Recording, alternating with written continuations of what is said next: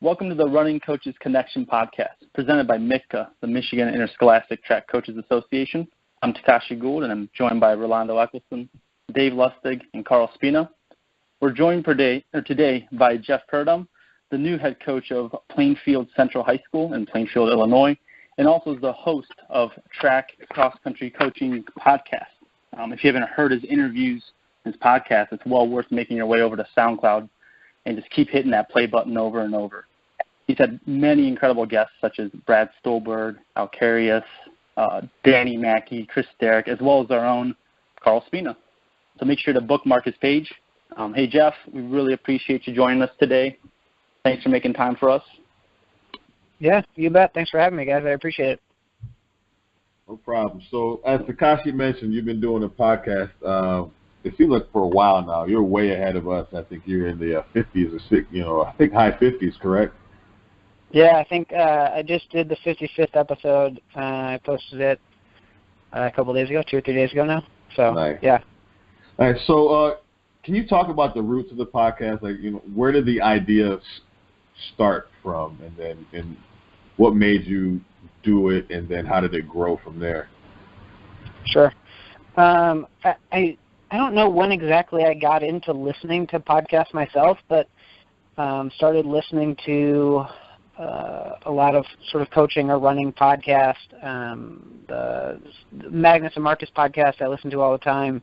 I listen to the Jay Johnson's Run Faster podcast. Ben Rosario he sort of dabbled with a few different podcasts he's done some stuff with his Northern Arizona Elite group, and he's done some coaching ones when he released a book, and so they did a couple of like high school focused ones there.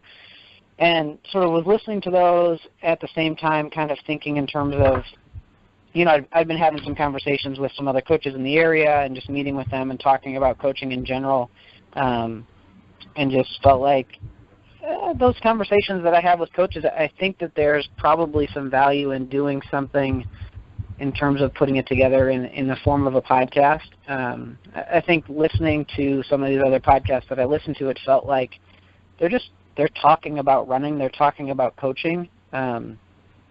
So I could potentially do that. I remember I was sitting in my office.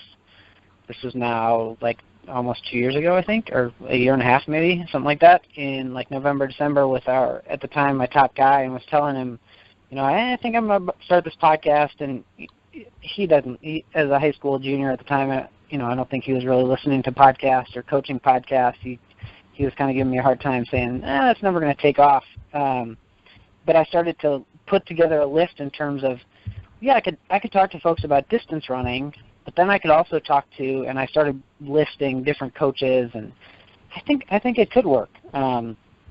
And so didn't really expect it to maybe take off in the way that it has. But that's sort of how I got rolling with it, and felt like almost immediately it was, for me, it was great because ultimately I get to talk to coaches for an hour and a half sometimes in terms of whatever sort of topics we want to discuss when it comes to coaching, which has been really, really helpful for me. And I think in terms of some of the feedback I got, other folks have enjoyed listening to them as well. Mm-hmm. Yeah, so in terms on the production side, how do you go about, one, selecting who you want to talk to, and then kind of going along with the appropriate questions for that particular person? Sure. It's funny, sometimes it's sort of random in terms of, I'll see somebody at a meet and think, oh yeah, that person, I don't know why I haven't talked to them yet. Or sometimes it sort of depends on the season. Like I probably will talk to mostly distance coaches for the next couple of months as we lead into the cross-country season, and then as we get into track, I'll start to mix it up. So it's, I wouldn't say totally random, but because I try to sort of line it up with the season, but, weird stuff will happen too where actually one of my favorite podcast-related random stories was my brother, who is not a runner, is kind of a goofball. He lives in New York, but went to school at Duke and was at some he was at a Duke game at Madison Square Garden, and there was like an alumni section, and Curtis Beach was there. And my brother was like, "Oh, my brother does this podcast. You should be on it." And Curtis was like, "Sure, I'll do it." So there's random stuff like that too, where my brother gets Curtis Beach's phone number and gets him on my podcast. That's cool. And then in terms of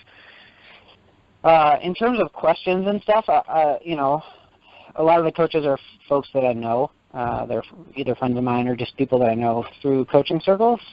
So knowing a little bit about where they're coaching and some of their circumstances, I try to highlight some of the things that I think they do really well or things that I think they have a lot of knowledge on. And so try to gear the conversation towards that.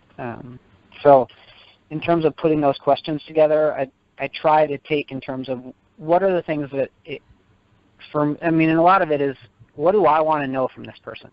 Because I think that ultimately that's makes it authentic in terms of me asking questions that I'm legitimately interested in, because then I assume maybe other people would have similar questions. So that's sort of how I put it together. Too.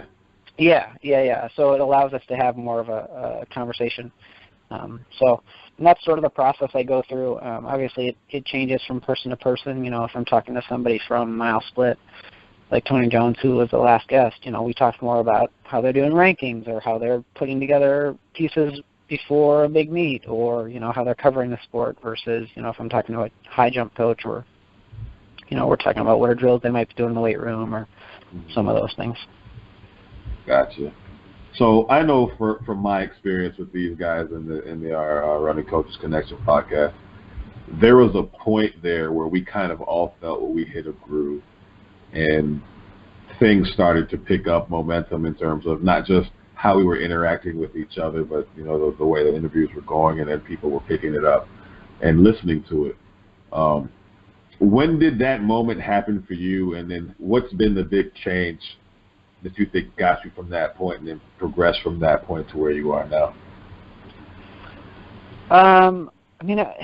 I would say maybe like in the late teens, I feel like I really started to hit my stride in terms of listen. For me, as the host, kind of getting the most out of episodes, I think, and asking questions that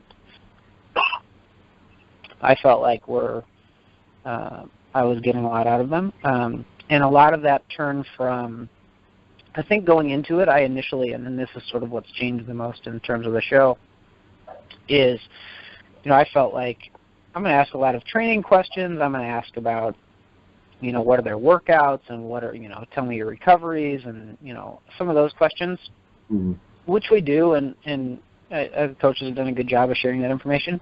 But so much of the podcast is now more on the coaching.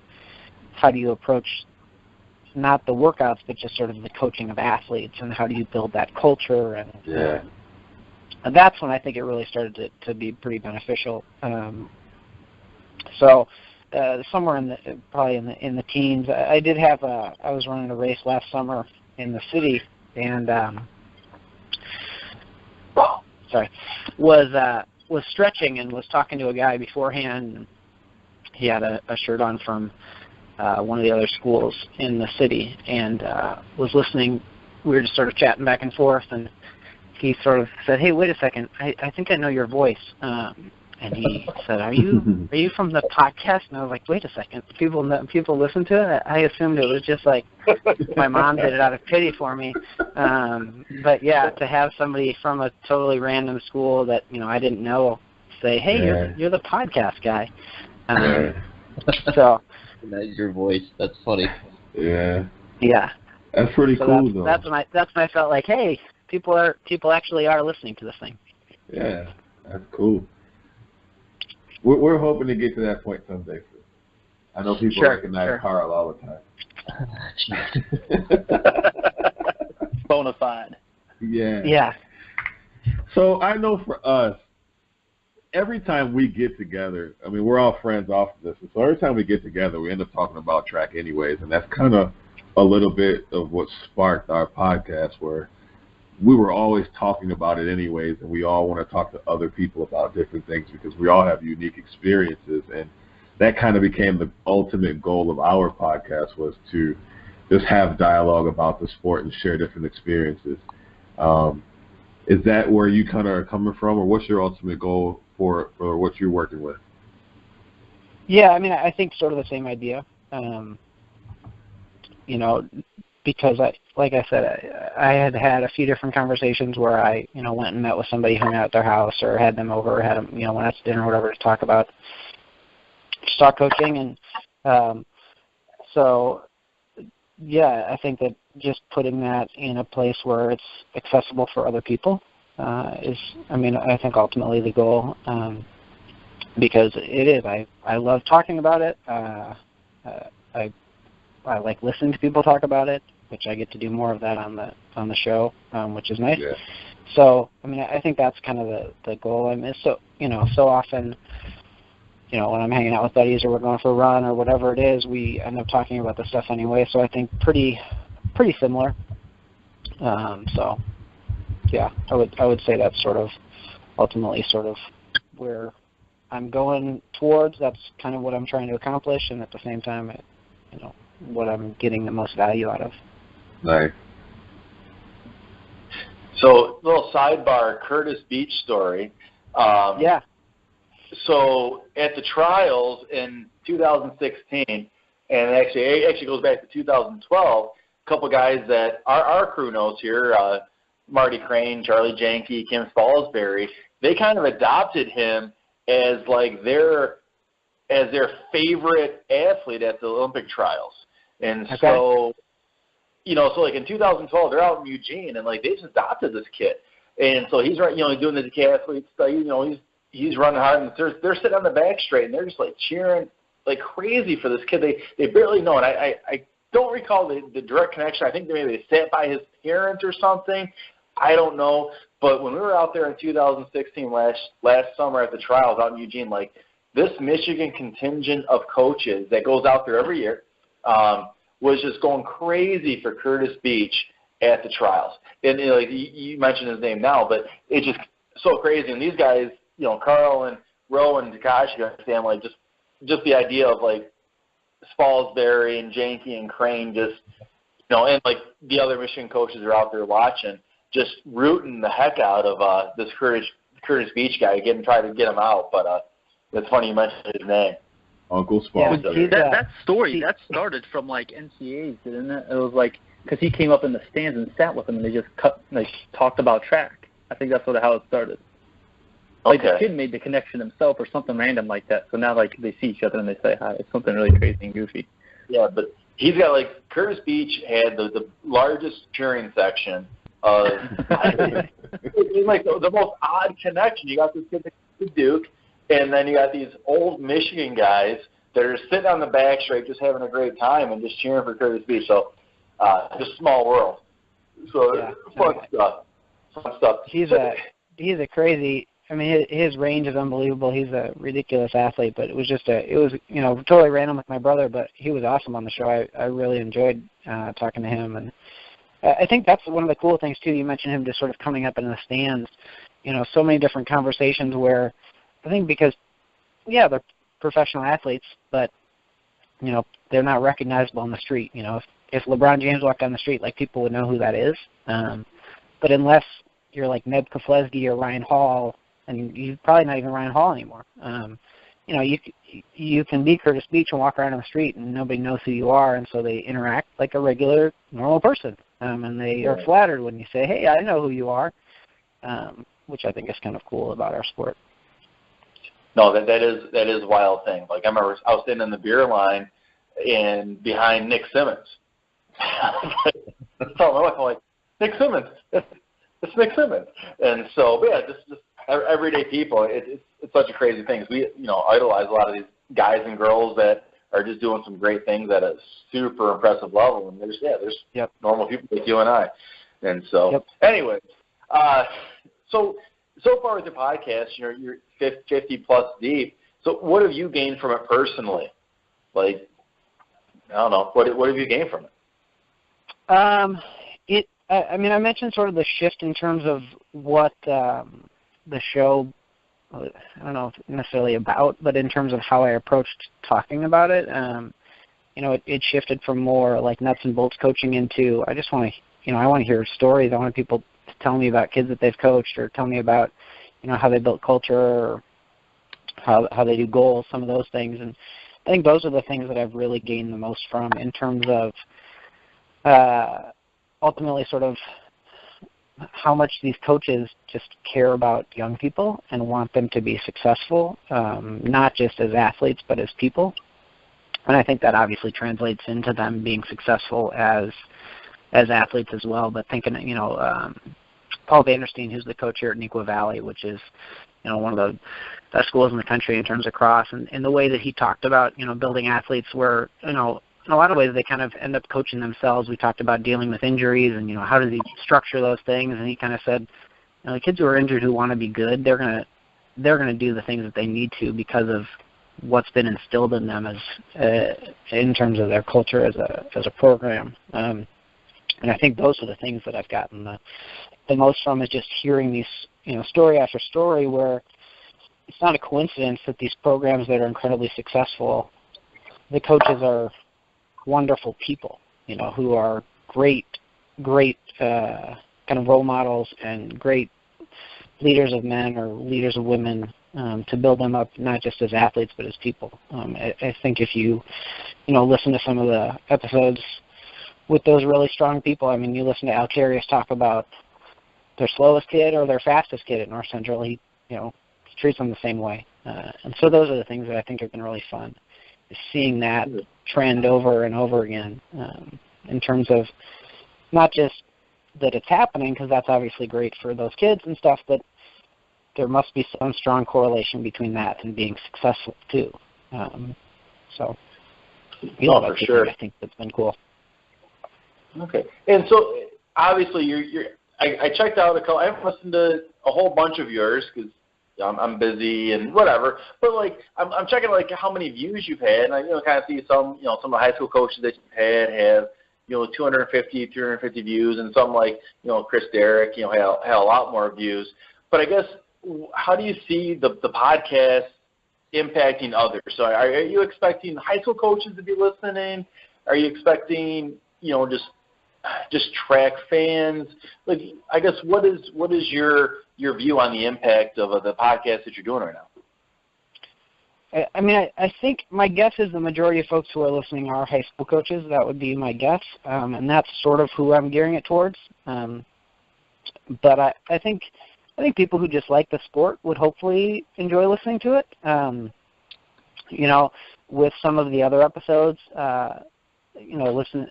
I had one of my athletes today. We were running at practice, and he said, "Oh, Coach, I found you on SoundCloud," and he said, "I listened to," and he couldn't think of who it was at first, and so we sort of talked about, what do we talk about? He said, "Oh, it's an older college coach." I said, "Oh, Al Carius." He said, "Yeah, it was great." And so I sort of said, "Hey, the next one you should listen to is you should listen to Chris Derrick one." So I think that. I think high school athletes could listen to it as well, but for the most part, I think it's geared towards coaches because most of the conversation involves coaching. But I think, my favorite question that I ask is the last one, and usually just for Illinois coaches, but I ask who their favorite all-time athletes are. So a lot of it becomes sort of just track nerds talking about cool track stuff. So some of those conversations are, it doesn't matter who you are to hear stories about, oh, this guy ran this and this, or this girl did this. But yeah, I think that ultimately it's a show mostly for high school coaches to gain insight from some of their peers. Nice. Nice. Well, thanks for sharing, Coach. I have been a big fan of what you got going on in Illinois for a few years now. I think you've got an outstanding coaches education model. I think your coaches association does an outstanding job of just producing content and sharing ideas. And why is it what role is the coaches association taking in producing quality championship meets in Illinois? What's going on there? Well, I mean, I think we have a few things going on that are pretty beneficial for sort of everybody involved. I think that our Coaches Association, the ITCA, the Illinois Track and Cross Country Coaches Association, is awesome. They do an incredible job in terms of coaches education, which we can talk about a little bit. But yeah, they do a great job in terms of education, getting coaches together, sharing some of those things. Our state association, the Illinois High School Athletic Association, IHSA, does a really good job too. I think obviously with any governing body, people will have things that they're frustrated with and whatever, but ultimately I think that our state association does an incredible job putting on events. They put on, top-notch events. Our state finals in cross country and track are awesome. If you have not been to one, I don't know how your Michigan schedule works out, but figure out a way to get down and watch the state finals in Illinois in either of those events. They are really, really good. And I think one of the things that they do pretty well is they do interact with coaches pretty well. We've got advisory boards for both cross country and track where, we've got some principals on there, we've got coaches on there, we've got officials in there, we've got folks from the IHSA who are in there, and they get together and they talk about, hey, what are some things we'd like to see change? What are some things that might help the sport make it, a better experience for athletes, might, get a better experience for everybody involved, and have good conversation because we've got really good people in those positions. Some of the coaches that I know who are on those advisory boards they're unbelievable coaches, really good people who can see the big picture, can see that, yeah, we're coaching a sport and we want it to be about this sport, but we also recognize, these are high school athletes and what are some things we can do there too. And the state association is willing to hear some of those things. I was trying to think of a couple examples, but the one that just came to mind more recently was in track, our sectional meet, so the meet to qualify for our state finals, 2 years ago we got rid of prelims. So instead of having to have a kid run, 6 races if he's in all the sprints with prelims and stuff, and six races in 3.5, 4 hours, now they're running 3. They don't have to run a prelim because everybody's got FAT seed times, and with the internet, everybody knows whose times are legit. So we'll run FAT. If a kid qualifies in a slow heat, they qualify in a slow heat, and that's fine. So they're listening to coaches, and coaches are bringing stuff, and I think the coaches that we have on the advisory board do a really good job of hearing from other coaches and having conversations. So I think that's stuff that allows us to have some pretty good meets because we have a really good relationship between our coaches and the state association. So it sounds like they're making changes for athletes, like keeping in mind, like allowing them to run their best as technology and the events change. And we kind of followed suit a few years ago. I think Ro can comment more on this about how we eliminated prelims or semis or something, correct, Ro? Yeah, we went to a 2-heat final. We'd eliminated a round and went to a 2-heat final where we're just taking the top 16 times, and then you just go from there. And it sounds like, I mean, with FAT, it makes sense. We know these times are legit. I think the only issue now becomes, with the Midwest and weather, sometimes it can become an issue where, kids in Southern Illinois might have an 85-degree day. And, this year for our sectional, I think the Southern sectional had an 85-degree day. It was sunny. It was great for sprinters, and we had, 50 degrees and sideways rain or whatever. So, but otherwise, it's much better for the athletes so they don't have to run so many races. Right. Absolutely. It was interesting to hear you speak about how your association works well, your coaches association works well with our state association, because we recently went through some misunderstandings between the larger body of coaches and changes that we wanted made, and somehow they didn't get delivered correctly to the state association, and it didn't go well. I don't even remember exactly what change it was, but I just remember it was a contentious moment, as maybe everyone wasn't cooperating as well as it sounds like things you have going on in Illinois. It was really interesting to hear you speak about the experience of the athletes. This drives me bonkers. I rant about this on a regular basis.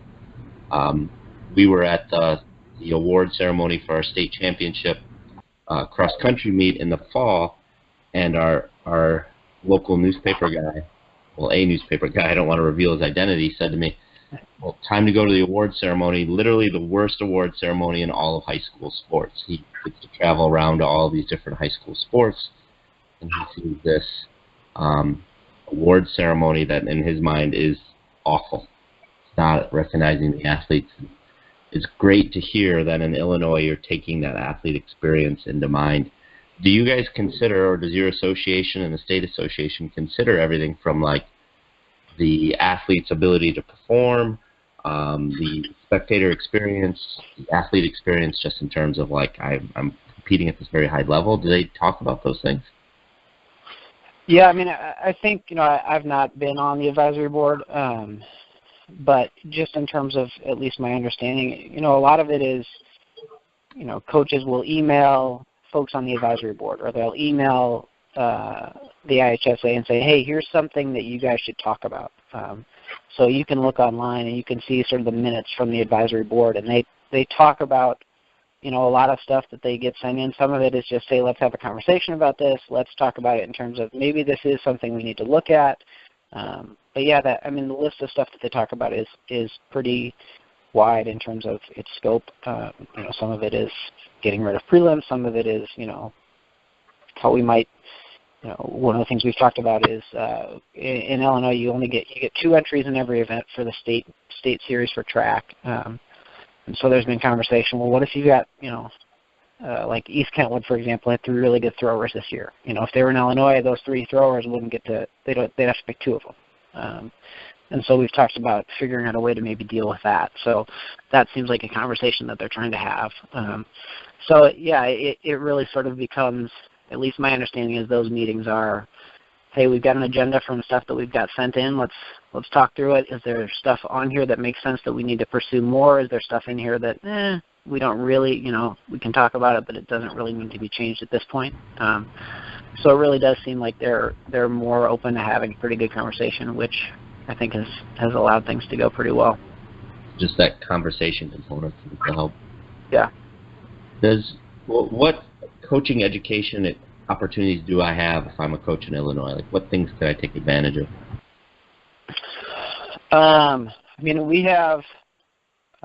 We have a really, really good clinic it's typically in like early January, mid-January. It's like right before the track season officially kicks off. Our Track and Cross Country Coaches Association has a clinic up here, typically in Chicagoland, that is awesome. They bring in, folks from all over the place, a lot of, obviously, Illinois coaches, but Jack Sands, who's a sprint coach from Texas, was up here this year. We've had Scott Christensen from Stillwater, Minnesota, has been up here the last couple, maybe 2 of the last 4 years to present. So they do a really good job of bringing people in. But yeah, it's an awesome clinic. They trialed 2 days as a clinic 2 years ago, and then this year they sort of officially went to a 2-day clinic.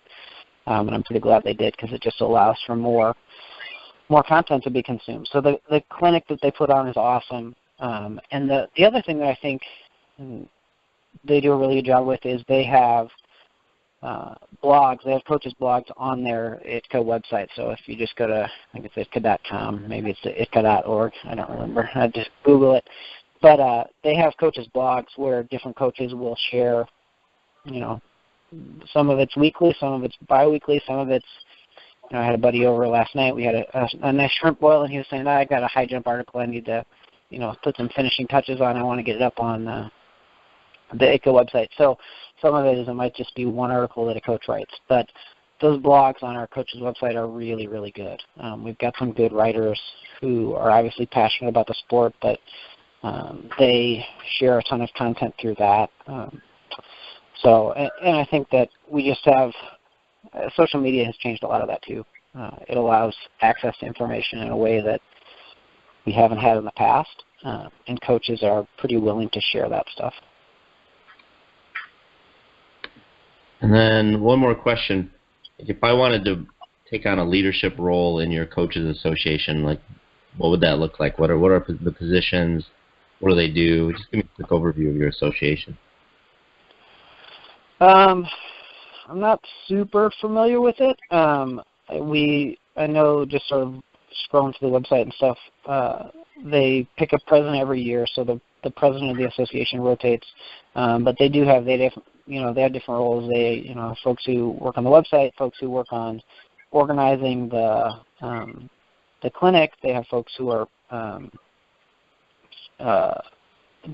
helping to put on other events. We do a learn by doing clinic it's more geared towards junior high coaches, but it's a more hands-on type of, here are some of the drills and stuff that you can do. So those are some of the things. But then, obviously the folks who are sort of in charge of it are getting together and organizing and planning some of those things. But I think it's a lot of just open communication between coaches. Hey, I got a quick question, so I jump in here. So that your coaches association, you guys have the one clinic a year? Like, do you have a cross clinic and a track clinic, or is it just like one big coaches association? They have two. They have a northern clinic and then a southern clinic. So the northern one I think is a little bit bigger, but it's both combined. So you might have some Scott Christensen talked about this year. He was sort of the keynote distance speaker. So that typically they'll bring in like a keynote distance and a keynote sort of sprint type of speaker. And so he talked cross, but he also talked about track. So gotcha. It'll cover sort of both categories. And then the southern part of the state has one as well that does the same thing. So they're meeting once a year as well. Gotcha. Yeah, we do we got one in the fall, one in around early February, and it goes from like Thursday late evening into Saturday morning. Yeah. Gotcha. That's kind of the set that we have. And Jeff, I have that. And then you guys have you have like a mini clinic coming up, right? In what, a week, 2 weeks, more? A couple weeks here. Yes. Yeah. Yeah, at Carl's place that we're gonna have. I don't know how many people have signed up so far. Hopefully we can get a bunch more. Pretty excited about it. What are the dates on that? That is... Carl? What is it? August 4th. It's a Friday. Starts at like 9-ish, I want to say, and we'll be done at like 3. Okay. And that's not... Saline High School. Association, that's just... That's just us doing our thing. It's just us. Yeah, it's just you guys putting your thing on. Yeah. Pick other people's brains. Well, Jeff, I can tell you firsthand that the leadership in our state association, just about anybody with a pulse can become president of our association. So, bang. Are you offering Jeff the position?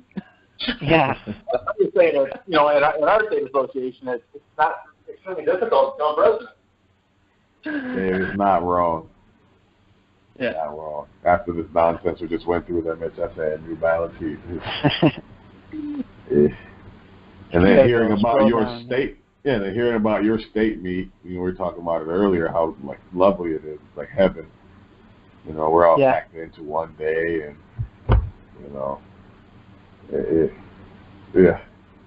Anyhow. Thank you. So, hey Jeff, I got a question here. Okay.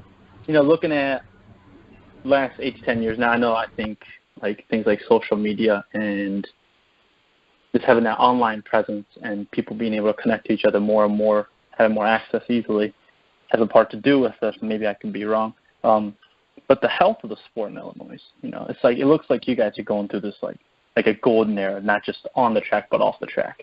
Like you said, there's coaches' education. There's people that are sharing ideas, being open with each other. There's a lot of presence there on the online community, and then obviously on the track, and you name it, Chris Derrick, Lucas Verspikas, all those guys. You got a ton and tons of outstanding athletes coming in and out. What are you, as maybe as a coach or maybe just the podcast host, what are you excited for this upcoming year in the state of Illinois? Like, what's something that people outside of Illinois should check this out? I mean, it's crazy. Like in the last handful of years, we really are going through this crazy sort of gold. You know, a lot of folks have been calling it the golden era, but it really the performances that kids have been putting together in Illinois have been pretty remarkable. It's been really awesome to see. I think it's cool.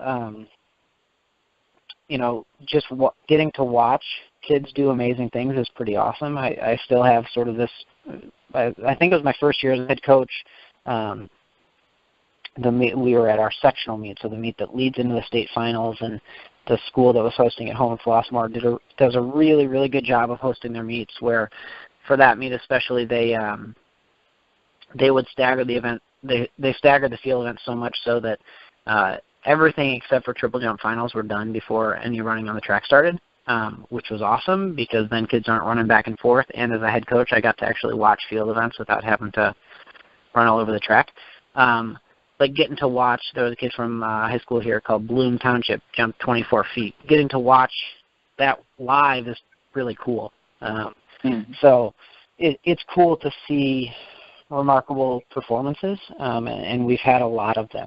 We've got a kid he's an Illinois kid from Cahokia downstate who's at Missouri now, who's, you know, maybe the best high school jumper, I don't know, maybe ever. He's unbelievable. Jamari Ward, you know, really good field events, really good sprinters, throwers.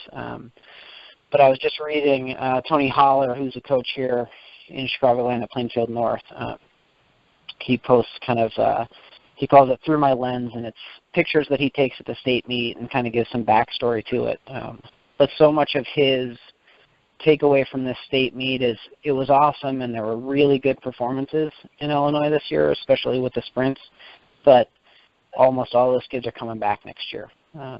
You know, our top three in the 100 who I'd have to look, but I in prelims they ran 10-4, 10-4, and then like 10, maybe 10-7, something like that, maybe 10, a little under 10-7. They were a junior, a freshman, and a freshman. So to have, you know, two of our top three kids in the state in the 100 coming back are freshmen is pretty crazy. So, and he kept listing, you know, more and more freshmen, sophomores, juniors who had remarkable performances. We've got kids coming back who've, you know, won multiple state titles already who are going to be back again. So the sprints are going to be ridiculous next year in Illinois. We've got this Tony's got a freshman, now he's going to be a sophomore, Marcellus Moore, who had the top time in the country for freshmen in the 100 and the 200. So it's going to be frustrating to see him blazing up the track just down the street from us, but it's going to be pretty awesome to get to watch too. So that's stuff I'm looking forward to in terms of track. Cross country is going to be really fun too. We've got some studs. I think we've got two All-Americans coming back who are going to be seniors. So the individual race at our state meet is going to be awesome. Under 14 minutes at our state course, which is really, really fast. We run 3 miles here in Illinois, and the state course is pretty fast. So under 14 is kind of the barrier that's fun to see break. Not a lot of folks have done it. And I think that's something that could happen for sure. We've not had a kid, I'm not sure exactly when the last time it was, but we've not had a kid from a Chicago public school win the state title in cross country in the big class on the guys' side. And I'm not sure how many years, and there's one who might be in the mix to do it next year, which would be cool. So, I mean, individually it's going to be really fun, but we've got really good teams that I think can, again, we're going to send some teams, I think, and that will do pretty well at Nike Cross because we've got some really solid programs. Downers Grove North, who was there last year, should be really good again. Nequa should be really good again. Our girls' teams, our Naperville North has been to NXN, I don't know how many times, but a lot. So it's always, I mean, I think the cool thing, I was talking to Tony Jones, who does stuff for Mile Split, and we were talking about just, you know, the fun part of the summer is there's excitement because it's kind of a blank slate. You don't know how things are going to play out, you know. I think you can look at it in the big picture in terms of, hey, it'll be cool to see maybe, you know, Dylan Jacobs from Sandburg is going to run, you know, 13:55 at the state meet, which is cool. Or maybe it's thinking about, hey, as a team we can qualify for state for the first time, because there's the summer is a blank slate. We don't know what to expect, but I think we can keep expecting good stuff, because I think that there's an expectation now for Illinois athletes that, hey, this is what good is. This is now I've come to be in the state's elite. When I was in high school in the late '90s, early 2000s, if you ran under 8 minutes in the 4x8, that's really, really good. And now that's maybe you're going to qualify for finals. Probably not. You're probably going to need to run 7:55 or faster. So just different expectations, I think. Which Carl's like 7:55. That's nothing we run. That'd be terrible for us. That's bad, Carl. Yeah. No. That'd be what, like 7th or 8th all time for you guys? It's slower than that. But yeah, so I think that kids just having different expectations of what good is, and then we talked about sort of the coaching piece, but we have a lot of really, really good coaches in the state who not only are they good coaches, but they're good promoters of the sport and share that. And I think that the idea of a rising tide that lifts all ships, you see it with the athletes. If this kid's good, it forces me to be good. But I think with coaches, some of my good friends are really good coaches, and I want to beat them, but I also, we have a really healthy, it's a healthy relationship where, I want to beat them, but I want their athletes to do exceptionally well too. I want to beat them because our guys are really good and their guys are really good. Nice. That's pretty cool, because that's, like you said, such a healthy relationship, and things like that can only benefit you guys as coaches and programs, and obviously at the end of the day, it'll always benefit the kids. Sure. You mentioned, like Tony Holler, he's a big personality, and online he produces a lot of content, really good stuff I enjoy reading. And like you said, he's got some awesome photos he puts up for your state association. I know Carl has met him a couple of times. The Celine folk have a pretty good relationship with him. I think they've gone back and forth to clinics with each other. Yeah. But not just him, but we see other coaches really being vocal. And, is that just because one person just kind of led the way on it and had a good article and piggyback off of that? Just trying to see, I see a lot of very prolific personalities too. Yeah. I don't know exactly. Tony is certainly a big personality, and I think does a really good job of promoting the sport and promoting, the ideas that sort of drive a lot of his coaching, which he's found a ton of success with, and a lot of folks have used that and found a ton of success with as well.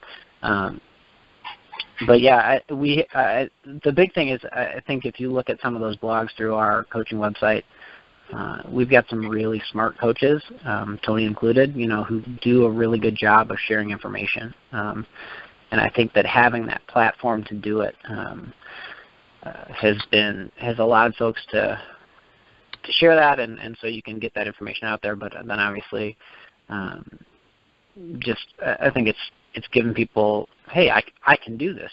There's value in putting this together for me, because I think when you're trying to formulate your own thoughts, and if I'm going to publish something on the website, I need to go through some thought process myself, so it allows you to get better, but then obviously that finished product allows other folks to get better too.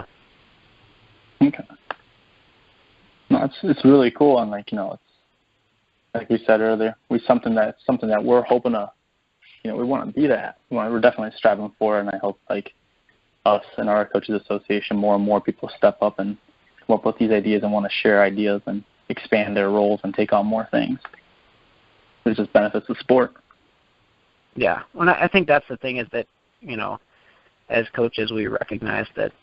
Yeah, I coach at Plainfield Central. We are in the same district as Plainfield North. Do I want to beat Tony at meets? Yeah, absolutely I do. But is it awesome to see him, those guys do well, win a trophy, and win medals in the 4x1? Or I teach at Plainfield East, and in my hallway is the girls' head track coach and the boys' head track coach, and do I want to beat the kids I teach in class because they are in a different school? Sure, I do, but do I want them to do well as well? Yeah, absolutely. I mean, I had a kid in class this year who, I'm coaching against him, but he's trying to break 5 for the first time. And I think I was, cheering for him as much as I was anybody else on the track when he did, So I think that's the cool thing about our sport. Him breaking 5, it doesn't impact what my guys are doing.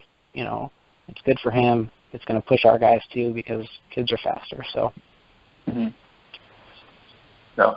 Hey, Carl, where does 755 fit on your all-time list? I think you need to answer this. 755? Yeah. I have no idea, man. It wouldn't be top 10, would it? It doesn't even make top 20 with Carl. Yeah. On a brag. 10 and 20 would be my guess. Okay. Season? Yes, around 10. That's not too shabby. And Jeff, like, we talking about cheering for other guys. Like, I remember a couple of years ago, Takashi had the 1600-meter state champion. I mean, and to watch his kid win that was really, really something special. And then whenever Carl's kids are running that 4x8 at the state meet, you're always pulling for Celine when those things are happening. And same thing with the Rose kids too. It is nice when you see your friends. We're all friends, and we want to beat each other. But when it's all said and done, we just want our own kids to be successful because we know how hard we're trying to get these kids to be successful. So that is a cool thing. I guess your own personal coaching story. So how did it all start for you? And tell us a little background on your coaching background. Well, I think what's funny is a lot of the folks I've interviewed have been, they ran in high school and ran in college and, sort of took that route. I was on the team in high school. Like, I ran track. I played golf in the fall, but I was really just sort of on the team. I did a lot of playing hacky sack and frisbee next to the park that we would do our lawn runs. So it's nice to sort of see that picture because I know what that looks like, and so I can spot that now in my own athletes. But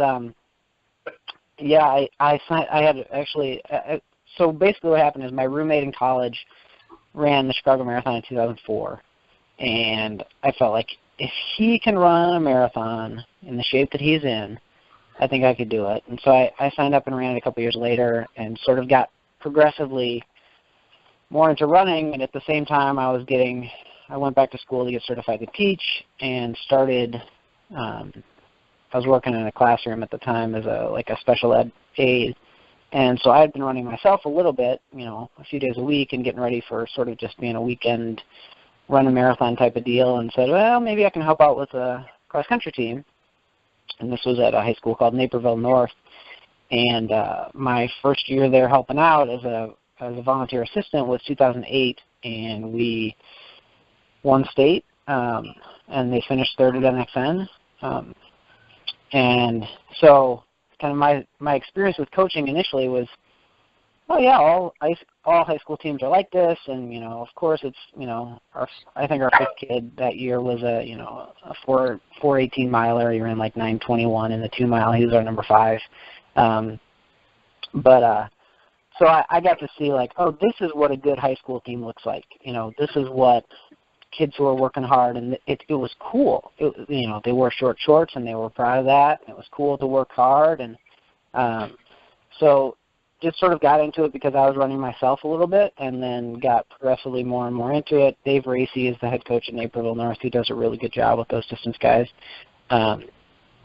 and just kind of fell in love with the sport more and more. Spent a few years volunteering there, and then bounced around a little bit as I was trying to get a permanent place to teach. Spent a couple of years as a volunteer in the former district I used to be a head coach at, in the Lincoln Way district down in southern suburbs, and then spent 4 years at a school called Lincoln Way North, coaching cross country and track, and then now I'm at Plainfield Central, and starting my first cross country season, I was the head coach in the spring for track. Awesome. So you're kind of I'm going to call you a baby still in terms of coaching. You got a lot of backdrop, but so at this point, because I've been around for 20 years, Rose's been around for a long time. Takashi's still kind of that baby phase, baby phase, and I think Carl's been around since 1960. So at this point, like, what do you feel like is your strong suit in terms of your coaching right now? It's a good question. I don't know. I think that in thinking through that, I think that everything I was like, I think I'm okay at this, and then I started to think more about it. I was like, no, I need to grow and be better at that. Which I think that one of my favorite articles from our coaching website, Rob Assisi, who coaches at Homeland Flossmoor, talked about the Dunning-Kruger effect, where you think you're brilliant at everything, and then you realize, like, no, I don't know anything. So I think that probably my strongest suit is just making connections with high school kids, which, I don't know if it's just personality. So I think that, and just sort of having excitement about the sport, getting kids excited about. It's weird, what we do is countercultural. Dan Iverson, who coaches at Naperville North, talks about the idea that, distance running is a weird thing. Like the fact that I'm going to wake up, it's a summer, I'm a teacher, and I'm going to set my alarm for 5:30 so I can meet my friend and go run for, 80 minutes tomorrow morning. Like, that's weird. But embracing that. And so I think maybe that's something that I'm strong at, is just I am passionate about it, and so I think that can be engaging for high school kids to want to be a part of, hopefully. And that's a great way to start. And so I guess if there's one thing that you look at, you've talked to so many coaches, you've seen so many coaches, and you've seen some progression and everything. And what's one thing that if you could say, hey, listen, I just need to figure this out, I need to be better at this, what would that be? I mean, a lot of stuff, I think. This spring I spent time working with our sprinters and jumpers a little bit, and so trying to learn some of the more technical aspects of some of the field events was something this spring. For sure, I would love to be able to spend some more time doing some of those things. Just in terms of as a head track coach, I think it's valuable to be able to give feedback in every event, which I can't. I mean, I can give some very basic things in every event, but to be able to go a little bit deeper in terms of having more than just 3 or 4 different cues for some of those field events would be helpful. But I've been spending a ton of time just sort of on the mental side of things. I think that's a place where I think you can always be growing. Obviously, I want to put the right workouts out there. I want to have them doing things the right way physiologically. I want my guys to be building a strong aerobic base. I mean, that's sort of what I base a lot of what we do on for cross. But I think the mental approach is so huge. That's why I just finished up Peak Performance by Brad Stolberg and Steve Magnus, and a lot of those ideas, trying to process through some of that goal setting and visualization and having the right mindset, having that sort of competitive mindset, but having the opportunity to build that. I've been spending a lot of time sort of thinking about that, how to put that in place, how to teach those things in athletes is something that I've really been spending a lot of time on lately. I just got my copy of Peak Performance in the mail, so just getting into that, and I can't wait to get a little bit deeper, so that's fantastic. You should listen. If you haven't, Brad was on my show about a month ago, or 2 weeks ago now, so that was one that was really plugging my own show on your show, so shameless. Nah, it's all right.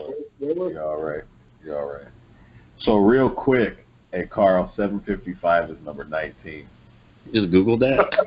Yeah. Top 20, nice. Yeah, it's number 19. I had to look it up, man. So with the new program, how are things going? How's the adjustment working? It's good. I think that it's been it's a process where I think you have to going from one school where you've got culture in place and things established, and there are certain things that you can just kind of roll it out there, and they sort of know the expectations in terms of, hey, if we talk about goals or if we, go through things in a warm-up, just whether it's big picture things or day-to-day, just, hey, how do we start our run? How do we get through our lunge matrix and leg swings and some of those things that we're doing on a regular basis, trying to put that stuff in place.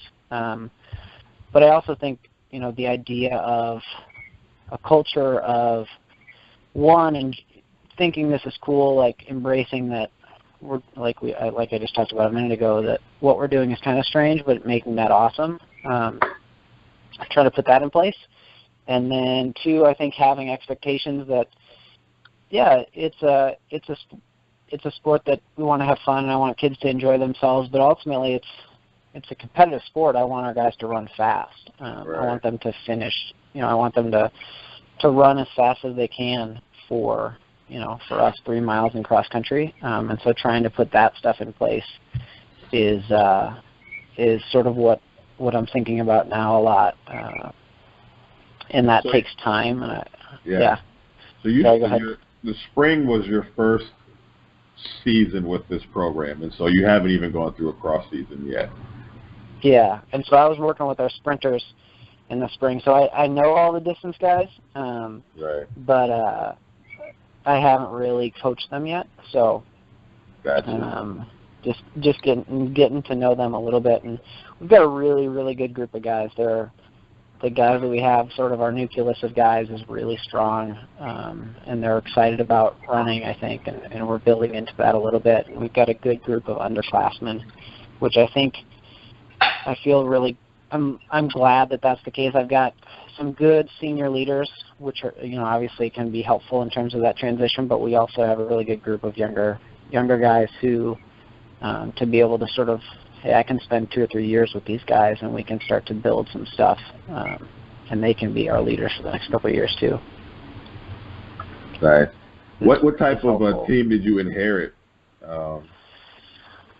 On both aspects. I know you're talking about the mental piece earlier, but also, productivity. Like, what are you thinking? Yeah. What are you hoping for?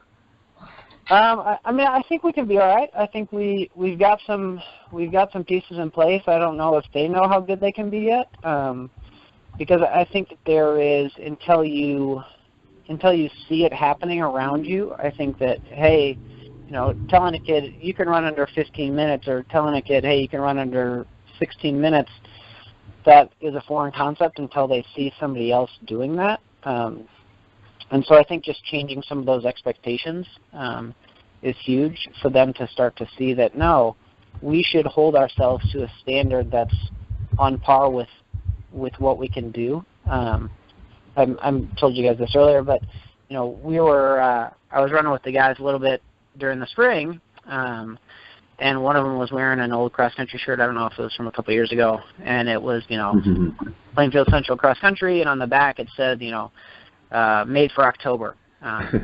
And I sort of told the guys, like, I don't want us wearing that shirt anymore, because made for October, yeah, I want us to do well at the conference meet, which is in October, and I'd like us to do well at regionals, which is also in October, but the state meet's in November.